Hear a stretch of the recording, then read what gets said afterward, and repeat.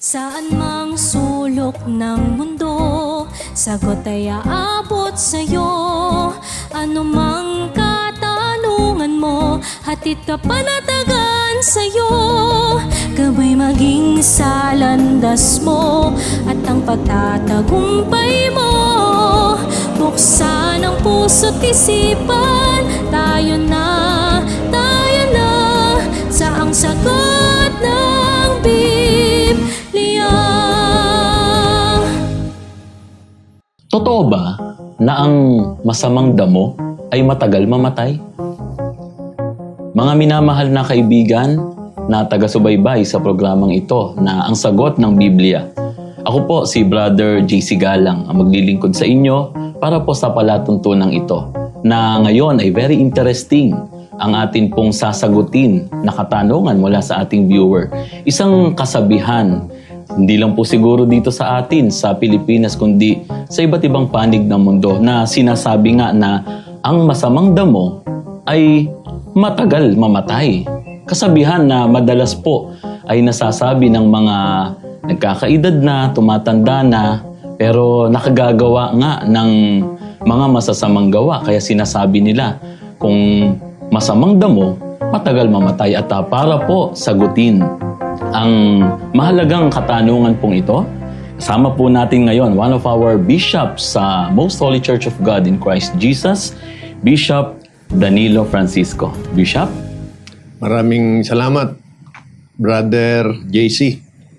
At magandang mapag-usapan yung katanungan tungkol sa kung matagal mamatay ang Masamang damo. Opo, Bishop. At kailangan nating suriin kung yan ay totoo na naaayon sa Biblia o yan ay mga salita lamang na mula sa tao o aral ng tao na kung tawagin natin kasabihan lamang. So Bishop, talagang famous naman po yung kasabihang ito at naririnig po natin ito sa mga tao. Kung tayo rin po muna ang tatanungin, saan po kaya nang galing yung kasabihang ito? Na masamang damo nga naman ay matagal mamatay daw. Tiyak tayo na yan ay hindi galing sa Biblia. Opo. Yan ay mula sa marahil ay pagmamasid ng tao sa paligid, sa mga tao na maaaring may nakikita siya na nananatili sa paggawa ng masama pero hindi namamatay. Kaya naikumpara niya siguro sa mga nakikita Damo. niyang literal na damo. Ayun, dahil nangyayari nga po, Bishop, na kapag ka sa isang halamanan, kung ano pa nga naman yung ligaw na o masamang damo doon sa halaman, mas nagtatagal pang buhay kaysa doon sa talagang itinanim. At naire-relate po, Bishop, doon sa kalagayan sa buhay ng tao. Opo. So, pero talagang famous man na kasabihan, siguro mahalagang malaman po natin na kung hindi po nakabatay, Bishop, sa pagiging mabuti o masama ang haba ng buhay, ano pong sinasabi ng Biblia tungkol po dito? Ang sagot dyan, Brother JC, mababasa natin sa Biblia mismo. Sa Hebreo, Kapitulo 9, versikulo 27. Pwede nating basahin. Opo, basahin po natin. Hebreo 9:27, at yamang itinakda sa mga tao ang mamatay na minsan, at pagkatapos nito ay ang paghuhukom. So, napakalinaw. Ang kamatayan, hindi dahil masama ka o hindi dahil ikaw ay mabuti. Sa halip, gaya ng nadinig natin, ang kamatayan na nararanasan ng tao, ito'y dahil sa itinakda ng Diyos. Yun talaga. Opo. Hindi mabuti ka ba? Mamamatay ka. Masama ka ba? Mamamatay ka. Hindi ganun.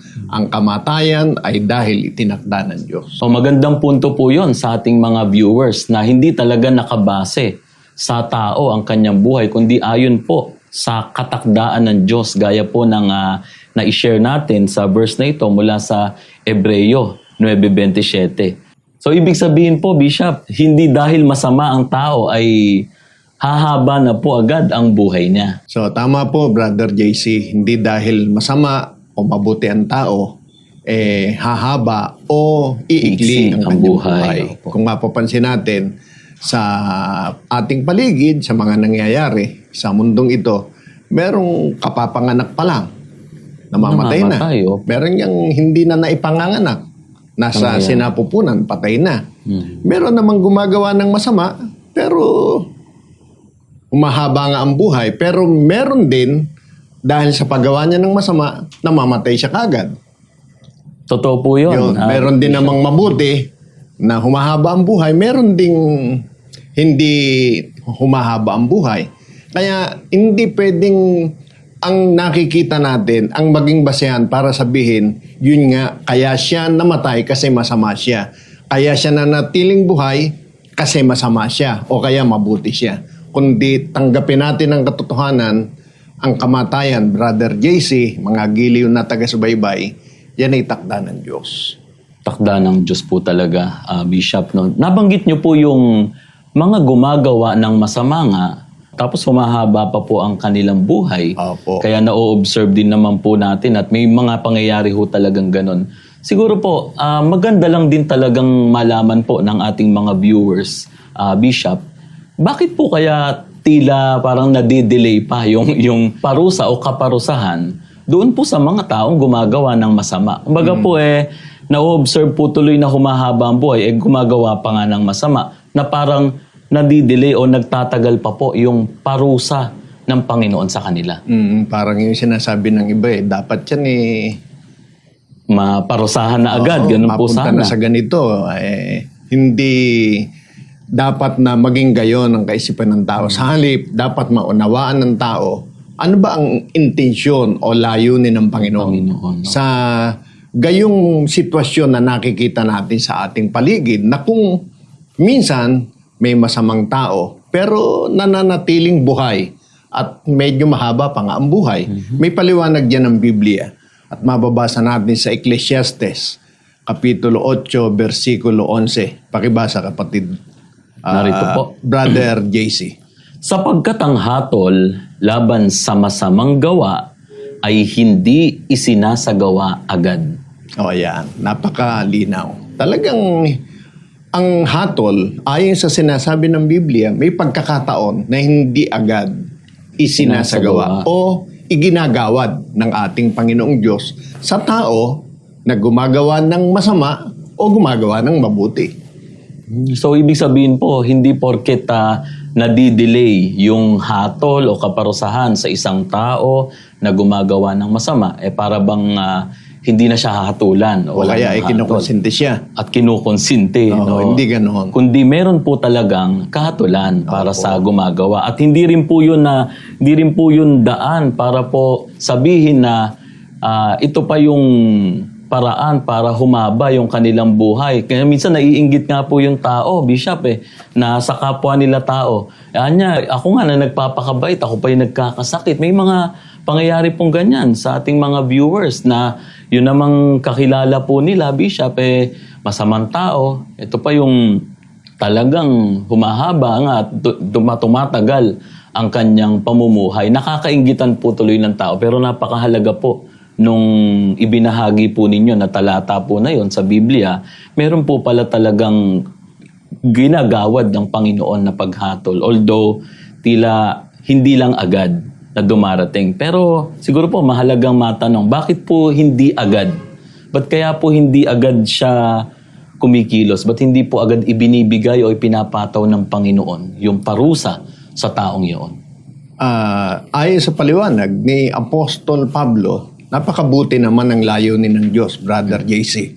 At yan ipinahayag niya nang siya'y sumulat sa mga taga-Roma, Kapitulo 2, versikulo 4. Narito po, ang kagandahang loob ng Diyos ay umaakay sa iyo sa pagsisisi.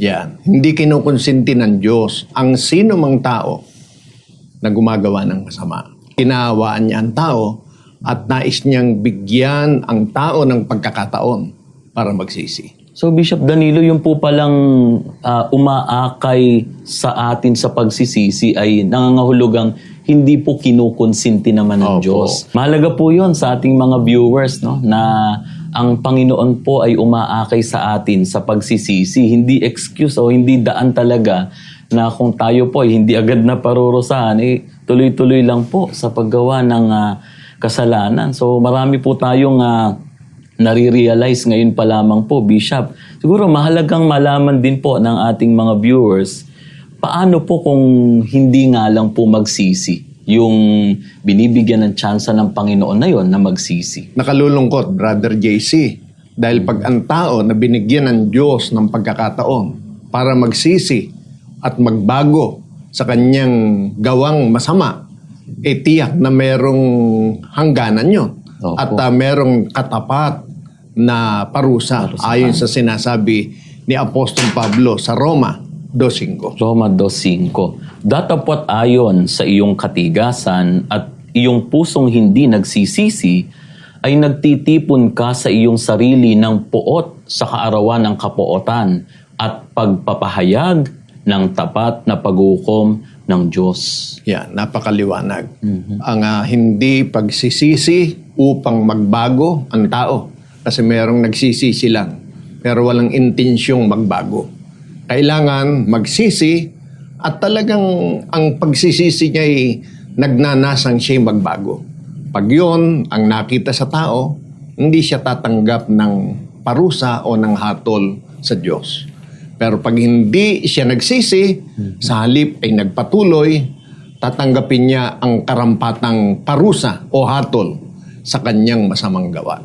So, ngayon pa lamang po, nabubuo na po kahit sa akin po, at sa mga tagapanood po natin na talagang kasabihan nga lang po ito, Bishop. Opo. Dahil ito po yung katotohanan na sa Biblia ngayon ay natututunan po natin. So Bishop, dahil napatutunayan na po natin ngayon at natututunan po ng ating mga tagapakinig, tagapanood na talagang sa Diyos ang desisyon ng pasya tungkol sa buhay ng tao. So pwede rin ho ba nating sagutin o malaman, meron po bang mga pagkakataon sa Biblia na talaga namang pinapahaba po ng Diyos yung buhay naman ng isang tao? Opo, kahit na meron ng katakdaan, pwedeng pahabain ng Diyos ang buhay ng tao. At yan may mga pangyayari sa Biblia. Halimbawa, sa panahon ni Haring Ezekias, pinasabihan na siya ng Diyos na siya'y mamamatay. Opo.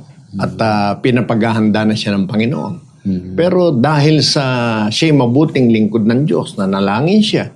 At nakiusap siya sa Diyos na kung pwedeng wag muna. Opo. Kaya ibinigay sa kanya ng Diyos at dinugtungan pa siya ng 15 taon. Yun.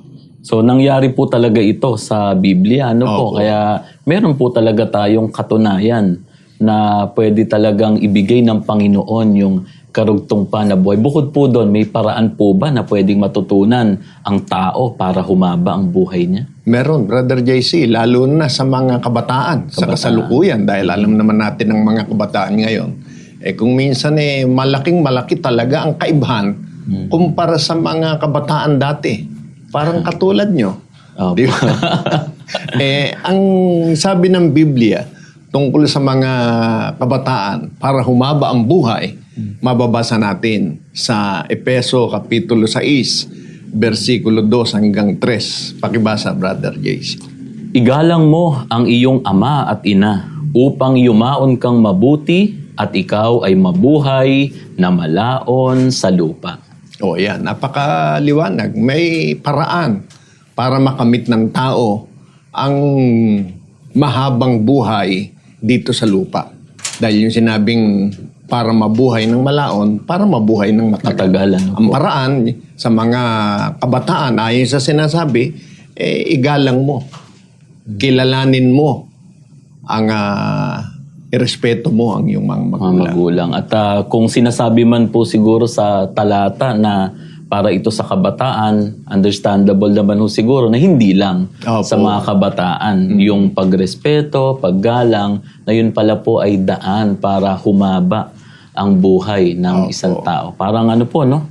Kung mabuting tao pa po pala, Bishop, yun pa po pala talaga yung hahaba ang buhay. Ano po? Kaya alam niyo po, Bishop, napakarami pong natutunan ng hindi lang po ako, kundi yung mga tagapanood po natin ngayon. Napakarami po naming natutunan mula po sa katanungang ito na nasagot ng Biblia sa hawa tulong ng Panginoon. Siguro po bilang huli na lang, ano po ba yung pwede nating pinakamahalagang aral na dapat po nating tandaan bunga po ng mga kasagutang ito sa tanong ng atin pong tagapanood.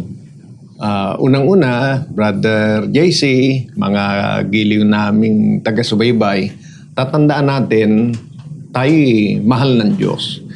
Hindi nagtatangi ang Diyos ng sino mang tao. Lahat tayo gusto ng Diyos ng mabuhay, na marangal, maayos. Kaya ginagabayan niya tayo. At wag tayong pumayag na dahil sa mga nadidinig nating kasabihan na wala naman sa Biblia, matatangay tayo noon at doon natin ibabase ang ating gawa. Kaya kung minsan pinangangatawanan ng iba yung paggawa ng masama para humaba ang buhay. Wag po. Sa halip, kung gusto natin ng mahabang buhay na maayos, mahirap naman kasi yung mahaba ang buhay na wala sa ayos. Kailangan mahaba ang buhay na maayos. Sa tulong ng Diyos, sa paggabay ng Diyos, mabuhay po tayo na nakalulugod at sumusunod sa kalooban ng Diyos. Napakaganda po ng mga naging talakayan po natin ngayon at naging malinaw po sa atin na yung salita o mga salitang ang masamang damoy matagal mamatay, kasabihan lang talaga. At talagang napatunayan po natin na hindi po ito biblikal o wala po ito sa Biblia, kundi sa halip, ang Diyos po talaga o nasa Diyos talaga ang buhay ng isang tao. Kaya kung may mga tanong po kayo na nais po na ipadala po sa amin, huwag po kayong mahihiya na mag-send lang po ng inyong mga katanungan sa amin pong mga contact details, sa aming mga contact numbers. O di kaya po ay chat nyo lang po. And please subscribe sa amin pong YouTube channel na MHC TV para masubaybayan nyo po ang ilan pa po sa mga episodes na amin pong ipapalabas. So Bishop Danilo, meron pa po tayong isang katanungan. Ayon po dito, kung bawal pumatay ng tao, paano po yung mga pulis at sundalo na nakapatay habang ginagawa po nila yung kanila pong trabaho? Ang mahalagang tanong po na pwede nating masagot ay nagkakasala din po ba sila sa harap ng Panginoon, Bishop? Brother JC, maganda yung katanungan. Pero ang unang-una na mahalagang maintindihan ng tao, wala namang utos sa mga pulis at sa mga sundalo na sila ay pumatay. Hindi sila inatasan na pumatay ng sino mang tao dahil ang pagpatay ay labag o bawal sa harap ng Diyos. Ang talagang utos sa mga pulis, maglingkod, magprotekta, magpanatili ng kaayusan, magtanggol ng mamamayan. Kaya nga merong silang kasabihan na to serve and protect. Yun talaga sila. Ngayon, sila ba'y nagkakasala kung nakapatay sila dahil sa pagtupad ng kanilang gawain? Nagkakasala sila. Pero hindi ibig sabihin dahil inutusan silang pumatay o dahil ang pagpatay ay karapatan na nila. Yung pag sila po'y inutusan na pumatay o sila'y nakapatay, makukonsider po ba yon, Bishop, na murder sa part nila? Kung inutusan silang pumatay at talagang ang intention nila kaya sila nakapatay ay para patayin talaga yung tao, kasalanan pa rin yun. Kasalanan pa rin po. So iba po yon, Bishop, dun sa murder na sinasabi na talagang intentional at wala sa line of duty. So, pwede po ba nating i-share sa ating mga viewers, ano po yung kaibahan nun, Bishop? Kasi sa konsepto talaga. Ang alam talaga natin, pagka sinasabing murder, yun yung pinlano talaga kung paano niya papatayin. Pero halimbawa, napatay lang niya dahil sa ipinagtanggol lang niya yung kanyang sarili. O kaya ay talagang naobliga siya dahil sa reaksyon nung kanyang masamang tao na naisdakipin bilang alagad ng batas. Yun ay kasalanan pa rin na pagpatay, pero hindi yon nauuri na sinadyang pagpatay ayon sa kautusan ng ating Panginoon. At kahit po yata sa batas, kapag ka po halimbawa, uniformado na police o sundalo man po yan, pagka po yung way of killing, sabihin natin yung paraan ng pagpatay, meron po talagang napatunayang foul play, sabi nga po nila. Nananagot po. Bishop, tama po ba? Nananagot ang isang uniformadong pulis o sundalo tungkol po doon. So dito po, nakikita po natin na hindi rin naman talaga sila exempted doon sa sinasabing hustisya. Opo. O yung sa batas po. Basta nakapatay, kasalanan nyo. Yun. So, kung sa batas po ay talagang nagkakasala, siguro mahalagang masagot din po natin, Bishop, sa harapan ng Diyos. Paano niya tinitingnan ang usapin ng pagpatay sa isang tao, lalo na po sa pulis o sundalo? Palibasa, ang pagpatay nga ay hindi iniuutos sa sinumang tao, sa halip ibinabawal ng Diyos. Mula pa ng una, kahit na halimbawa, wala siyang baril, wala siyang anumang armas, pwede pa rin mangyari na siya makapatay o magkasala ng pagpatay sa kanyang kapwa. Halimbawa, ang tao ay nagtaglay sa kanyang puso ng puot laban sa kanyang kapwa. Siya'y nagkakasala ng pagpatay. At yun ay mababasa natin sa Mateo, Kapitulo 5, versikulo 21 hanggang 22. Mateo 5:21 hanggang 22 po. Narinig ninyo na sinabi sa mga tao ng una, huwag kang papatay. At sino mang pumatay ay mapapasapanganib sa kahatulan. Datapot sinasabi ko sa inyo na ang bawat mapuot sa kanyang kapatid ay mapapasapanganib sa kahatulan. Yan.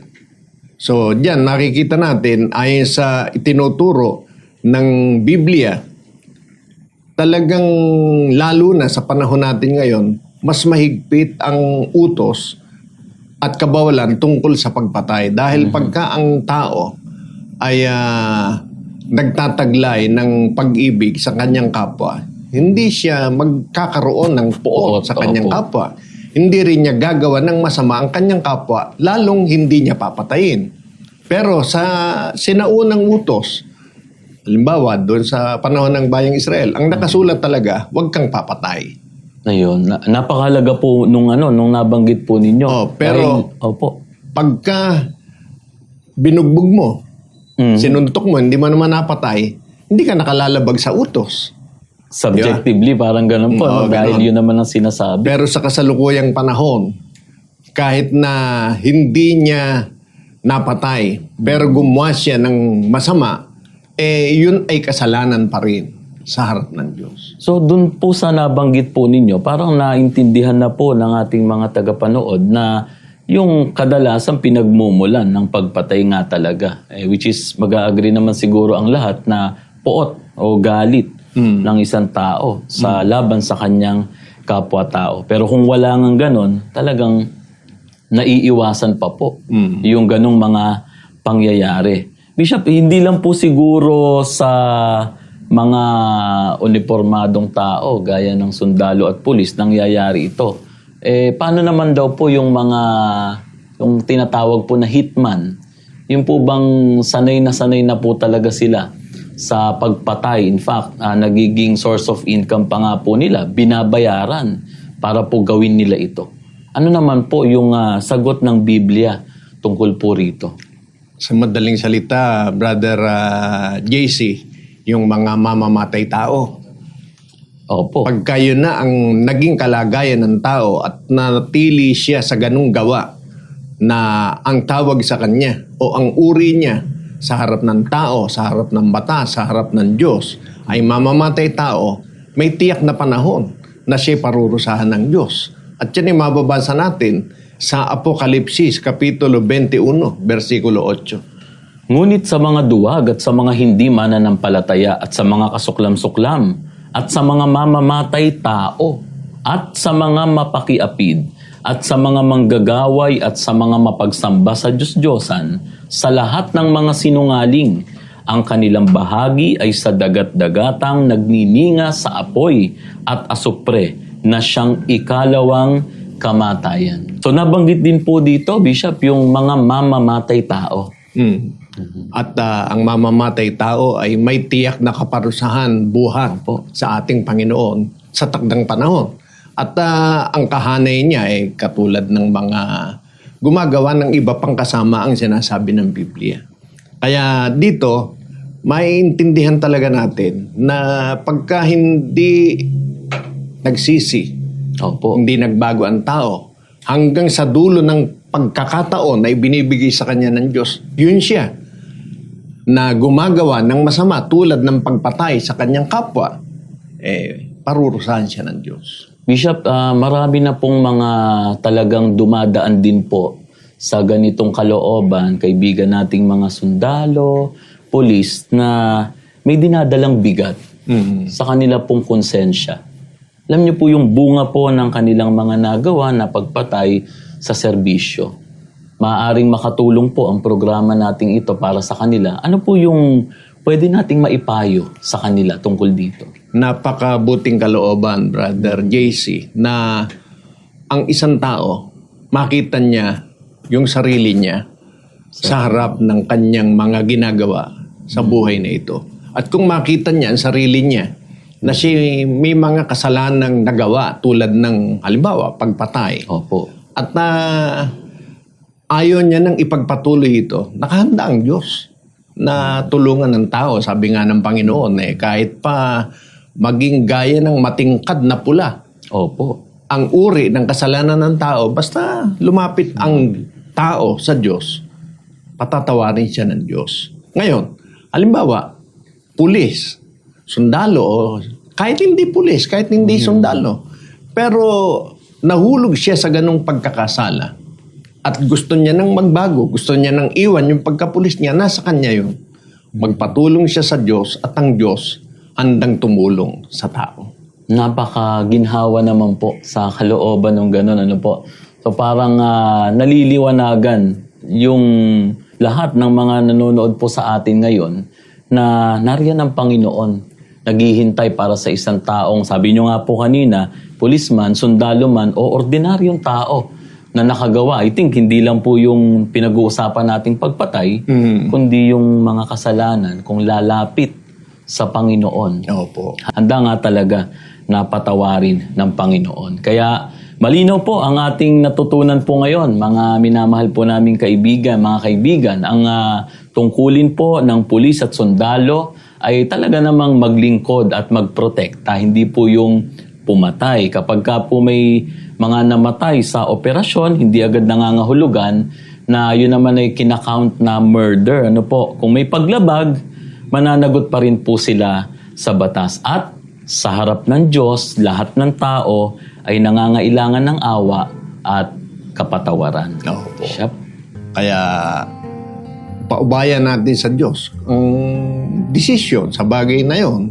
At kung nagkasala, ang Diyos ay handang magpatawad sa lahat ng nagsisisi at sana lahat ng tao ay ganito makita ang kagandahang loob ng Diyos.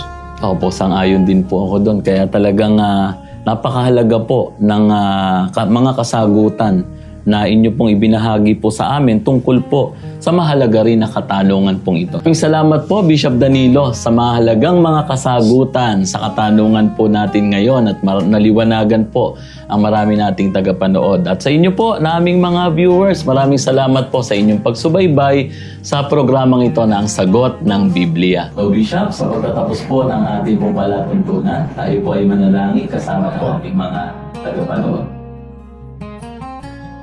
Panginoon naming Diyos na makapangyarihan sa lahat. Maraming salamat po sa inyong pagsama sa amin. Sa tulong ng inyong pong Banal na Espiritu, ng inyong mga salita, nabibigyan po kami ng kaliwanagan, bunga ng mga katotohanan na aming napakinggan. Maraming salamat po sa mga kaibigan po namin na sinamahan kami sa programang ito. Sila na mga interesado na matuto mula sa maraming mga katanungan sa mundong ito.